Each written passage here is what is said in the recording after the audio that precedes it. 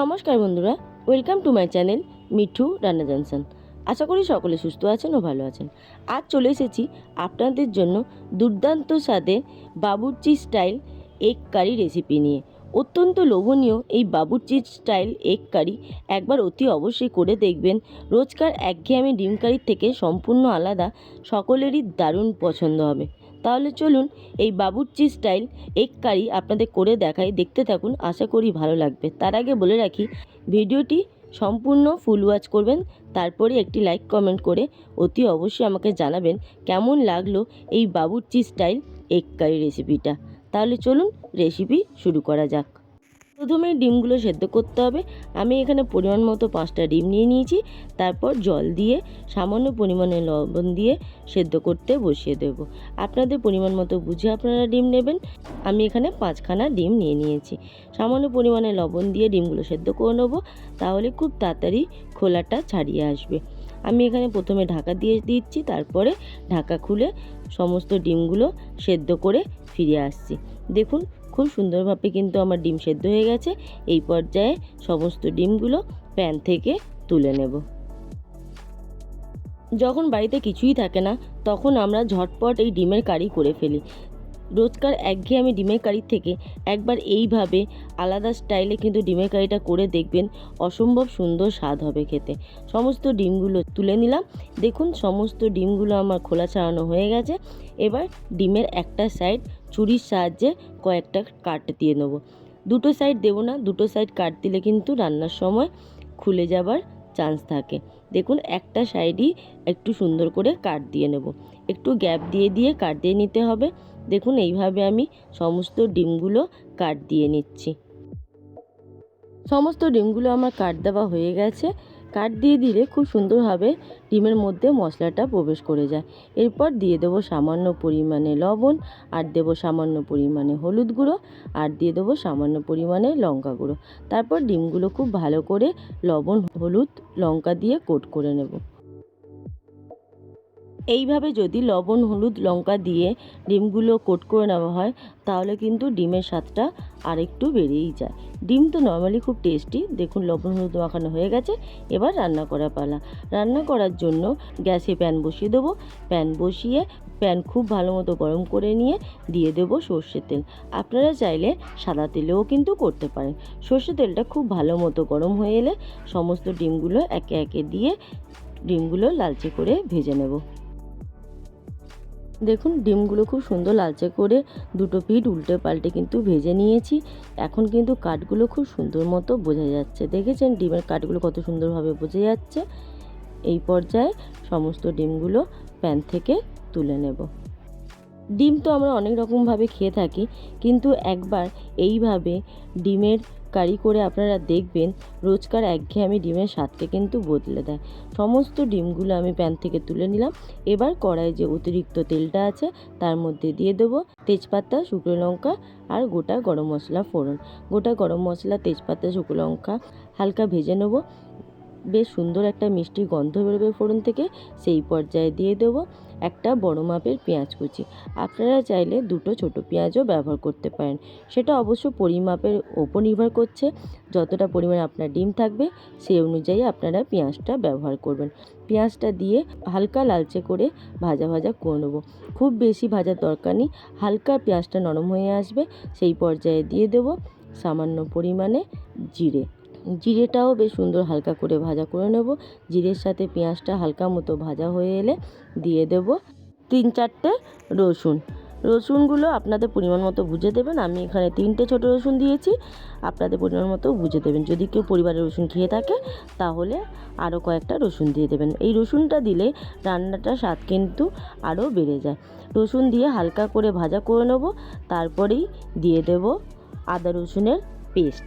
আদা রসুন বাটা দিয়ে আরও মিনিট 2-3 মতো নাড়াচাড়া করে ভাজা ভাজা করে নেব। রসুনটা প্রায় 50% মতো কিন্তু এই পর্যায়ে সেদ্ধ হয়ে যাবে।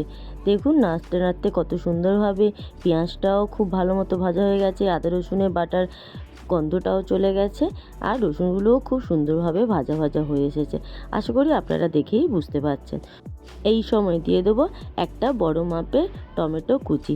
আপনারা চাইলে টমেটো পেস্টও করে দিতে পারেন, তাতে পরে গ্রেভির থিকনেসটা খুব সুন্দরভাবে বজায় থাকে। দেখুন বেশ সুন্দরভাবে টমেটোটা নাড়াচাড়া করে নিচ্ছি, মিনিট 2 মতো ভাজা করে নেবো। তারপরেই দিয়ে দেবো সামান্য পরিমাণে লবণ। লবণটা দিলে টমেটোটা খুব তাড়াতাড়ি গলে যাবে। দেখুন সামান্য পরিমাণে লবণ দিয়ে দিলাম, আর দিয়ে দেবো রোজকার কিছু গুঁড়ো মশলা। রোজকার যা আমাদের ঘরে গুঁড়ো মশলা ব্যবহার করি আমরা, সেইগুলোই দেবো। প্রথমেই দিয়ে দিচ্ছি সামান্য পরিমাণে হলুদ গুঁড়ো, সামান্য পরিমাণে কাশ্মীরি লঙ্কার গুঁড়ো, সামান্য পরিমাণে ঝাল লঙ্কার গুঁড়ো, সামান্য পরিমাণে ধনে গুঁড়ো, আর দেবো সামান্য পরিমাণে জিরে গুঁড়ো। এবার সব কিছু একসাথে খুব ভালো করে নাড়াচাড়া করে নেব। খুব ভালো করে নাড়াচাড়া করে গুঁড়ো মশলার কাঁচা গন্ধটা যাওয়া পর্যন্ত নাড়াচাড়া করে নিতে হবে। ভাজতে ভাজতে খুব সুন্দর মতো পেঁয়াজ গলে গেছে, টমেটোটাও গলে গেছে, রসুনও কিন্তু প্রায় সেদ্ধ হয়ে এসেছে, একদম 80% মতো সেদ্ধ হয়ে গেছে, আর সমস্ত মশলার কাঁচা গন্ধটাও চলে গেছে, আর কত সুন্দরভাবে তেল ছেড়ে এসেছে।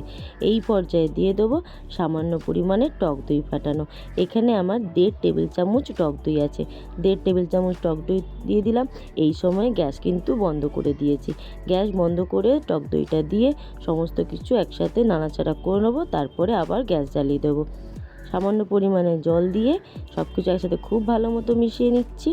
যদি গ্যাস হাই ফ্লেমে রেখে টক দইটা দেওয়া হয় তাহলে কিন্তু টক দইটা ছানা কেটে যায়, তাই গ্যাস বন্ধ করে টক দইটা দিয়ে খুব ভালো করে মিশিয়ে নিলাম। তারপরে আবার গ্যাস অন করে দেবো। গ্যাস অন করে খুব ভালো মতো মশলার সাথে টক দইটা মিশিয়ে নেবো। তারপর সব কিছু একসাথে মিনিট 2 মতো নাড়াচাড়া করে কষতে থাকবো। অতিরিক্ত জলটা শুকিয়ে যাওয়া পর্যন্ত কষে নিতে হবে। ততক্ষণ অন্যদিকে মিক্সির জারে নিয়ে নেব কয়েকটা কাজু আর চারমগজ। কাজু চারমগজ সামান্য জল দিয়ে একটা মিহি পেস্ট তৈরি করে নেব। বেশ সুন্দর মতো কাজু চারমগজ একটা মিহি পেস্ট তৈরি করে নিলাম। এবার এই পেস্টটা রান্নার মধ্যে দিয়ে দেবো। এই সিম্পল এগ কারি একবার এই প্রসেসে করে দেখবেন, মারাত্মক লোভনীয় স্বাদ হয় কিন্তু। আমি তো অনেকবারই করেছি, আজ আপনাদের সাথে শেয়ার করলাম। একদম বাবুর্চি স্টাইলে কিন্তু এই এগ কারি একবার হলেও আপনারা করে খাবেন। দেখুন সমস্ত কিছু খুব ভালো করে নাড়াচাড়া করে নিচ্ছি। এই সময় খুন্তি কিন্তু অনবরত নাড়িয়ে যেতে হবে, যেহেতু কাজু বাদাম আছে তাই নিচে লেগে যাবার চান্স থাকে। খুব সুন্দরভাবে দেখুন সব কিছু একসাথে মেশানো হয়ে গেছে, দেখতে জাস্ট ইয়াম্মি লাগছে, তাই না? সব কিছু একসাথে খুব ভালো মতো নাড়াচাড়া করে নিলাম। সব কিছু খুব সুন্দরভাবে মিশে গেছে, আর অতিরিক্ত তেলও কিন্তু ছেড়ে এসেছে। এই পর্যায়ে দিয়ে দেবো আগে থেকে ভেজে রাখা ডিমগুলো। ডিমগুলো দিয়ে খুব সুন্দর করে ডিমের সাথে সমস্ত গ্রেভি মিনিট 2 মতো নাড়াচাড়া করে নিতে হবে। দেখুন কষতে কষতে কত সুন্দরভাবে গ্রেভির ফ্লেভারটা ডিমের মধ্যে চলে গেছে, আর কি মারাত্মক সুন্দর দেখতে লাগছে। এই পর্যায়ে দিয়ে দেবো 2-1টা চেরা কাঁচা লঙ্কা। যেরকম ঝাল খান সেই হিসাবে কাঁচা লঙ্কাটা দেবেন। তারপরে আবারও সব কিছু একসাথে খুব ভালো মতো মিশিয়ে নিয়েছি। আমার যেহেতু আরেকটু গ্রেভি লাগবে তাই আমি সামান্য পরিমাণে এখানে জল ব্যবহার করলাম। আপনারা চাইলে এই পর্যায়ে কিন্তু নামিয়ে নিতে পারেন। সামান্য পরিমাণে জল দিয়ে দিলাম, আর দিয়ে দেবো খুবই সামান্য পরিমাণে চিনি। যেহেতু টক দই আছে, সামান্য পরিমাণে চিনি দিলে চিনি টক দইয়ের স্বাদটা ব্যালেন্সড করে। এখন মিনিট 2 মতো ঢাকা দিয়ে ফুটিয়ে নেব।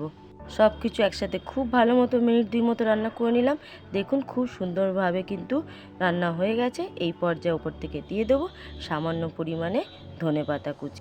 আপনারা চাইলে সামান্য পরিমাণে গরম মশলাও দিতে পারেন। আমি যেহেতু ফোড়নের সময় গরম মশলা ব্যবহার করেছি তাই আর গরম মশলাটা দিলাম না। এবার সব কিছু মিনিট 2 মতো স্ট্যান্ডিং টাইমে ঢাকা দিয়ে রেখে দেবো। তারপরেই গরম গরম সার্ভ করে দেবো বাবুর্চি স্টাইল এগ কারি।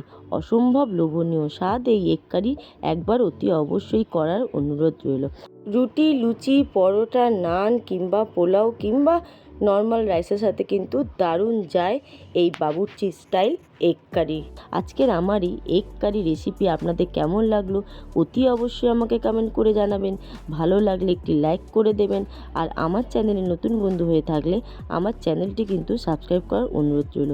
সাবস্ক্রাইব করে পাশে থাকা বেল আইকনটিতে ক্লিক করে অল নোটিফিকেশানটা অন করে দেবেন, তাহলে যখনই যা দেবো তৎক্ষণাৎ আপনাদের কাছে পৌঁছে যাবে। আজ তাহলে আসি, খুব শীঘ্রই দেখা হবে আরেকটি দুর্দান্ত কোনো নতুন রেসিপি নিয়ে। ততক্ষণ ভালো থাকবেন, সুস্থ থাকবেন এবং সাবধানে থাকবেন, আর এইভাবেই আমার পাশে থাকবেন। এতক্ষণ আমার সাথে থাকার জন্য অসংখ্য অসংখ্য ধন্যবাদ।